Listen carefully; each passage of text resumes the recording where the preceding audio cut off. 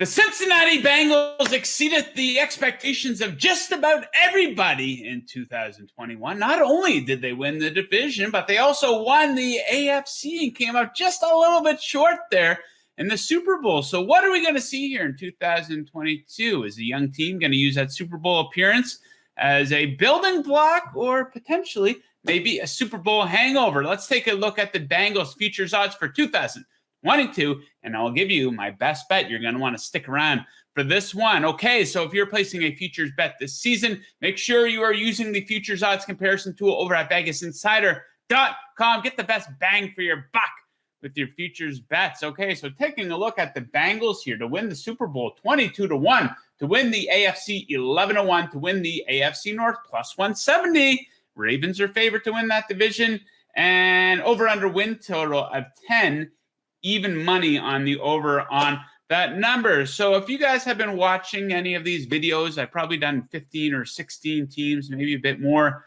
so far. I've had some pretty strong takes, but this is as strong as it gets. The Cincinnati Bengals are the most undervalued team in the NFL this season, and they are my pick to win the Super Bowl, coming in at 22-1. This team is getting zero respect whatsoever. They had one big glaring issue.